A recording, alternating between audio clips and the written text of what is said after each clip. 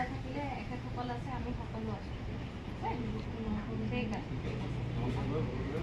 মানে গাঁও ঘর তো এটা কিছু করতে করা যাবে না, কিন্তু এখন যারা নিয়ে চলতেছে তাদেরকে ভালো করে চালাই দিবে।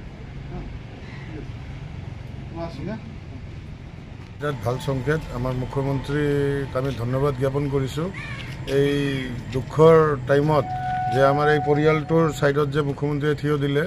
আজি 50,000 টকাৰ এটা চেক আমাৰ এছিষ্টেণ্ট কমিশ্যনাৰ বাইদেউ লগতে আৰু আহিছিল, আমাৰ ডি চি অফিচৰ ফালৰ পৰা মেজিষ্ট্ৰেট আহিছিল, DICৰ জেনেৰেল মেনেজাৰ আহিছিল আৰু PRO বোধহয় না কি নাম সিহঁতে আহিছিল। এটা চেক আজি হেণ্ডঅভাৰ কৰি দি গ'ল। আমাৰ উপায়ুক্ত মহোদয় আমাৰ CM ছাৰক জনাইছিল যে পৰিয়ালটোৰ লগত দুখৰ ঘটনাটো যিটো হৈছিল এক্সিডেণ্টটো, তাৰপিছত CM ছাৰে লগে লগে এটা চেক ইছ্যু কৰিছে পৰিয়ালটোৰ কাৰণে। আৰু 2 নম্বৰ ঘটনা, আমাৰ বঙাইগাঁও DICৰ জেনেৰেল মেনেজাৰ মহোদয় আহিছিল, তাৰ পূৰা বিৱৰণীটো লৈছে যে কিবা ফিউচাৰত যদি তাক কিবা ইনকাম চ'ৰ্চ যদি এটা মানে জেনেৰেট কৰাৰ কাৰণে কিবা যদি এটা হেল্প কৰি দিব পাৰে। তো আপোনালোকৰ চেনেলৰ মাধ্যমেদি আমি অসমৰ মুখ্যমন্ত্ৰী মহোদয়ক আমি ধন্যবাদ জ্ঞাপন কৰিছোঁ। আৰু আমি এটা ডিমাণ্ড হিচাপত অসম বাঙালী যুৱ ছাত্ৰ ফেডাৰেশ্যনৰ ফালৰ পৰা আমি এটা সৰু এটা ডিমাণ্ড দিব বিচাৰিছোঁ, যাতে এই সৰু ভাইটিটোৰ পিছফালে থাকে।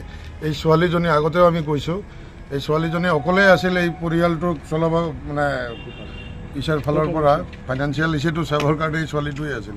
নাই, এই 21 বছৰীয়া ল'ৰা তথাপি যে ৰেছপন্স কৰি আছে, আমাৰ এইটো ভাল লাগিল। বিৰাট এটা আস্থা আহিছে যে তাৰ এটা কিবা ভৱিষ্যত হ'ব।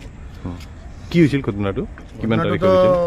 সিদিনাতো ছোৱালীজনী আহি আছিল এই অভাৰব্ৰিজৰ ফালৰ পৰা, তো আহি থাকোঁতে তাতে ৰাস্তা নহয়, একদম বজাৰ কৰি আহি থাকোঁতে একদম আপোনাৰ তাতে এইটো ৰাস্তাও নহয়, এইটো ৱৰ্কশ্বপৰ ইছে হয়, পাৰ্কিং এৰিয়া হয়। গাড়ীটো একদম আমি যিটো CCTV কেমেৰাত দেখা পাইছোঁ, একদম ষ্ট্ৰেইট, মানে তাৰ ওপৰেদি লৈ যাই পেলাই তাই কিবা এটা কিনিব বিচাৰিছিল দোকানৰ পৰা। আৰু 3জন আছিল, তাৰ কিবা কথমভাৱে ৰক্ষা পৰিল, প্ৰাণ ৰক্ষা পৰিল এই ঘটনাটোৰ পৰা।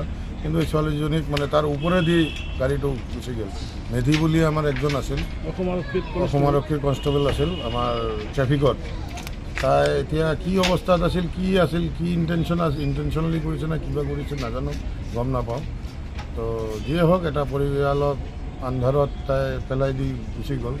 কিন্তু আজি ভাল লাগিল যে মুখ্যমন্ত্ৰী মহোদয় এই পৰিয়ালটোৰ কাৰণে কিবা এটা চিন্তা কৰিছে, আৰু ভৱিষ্যতেও তাৰ পিছত যে থিয় হ'ব আমি এইটোৱে কামনা কৰিছোঁ। সংস্থাপনৰ তাৰ ব্যৱস্থা যাতে কৰে তাৰে কামনা কৰিছোঁ।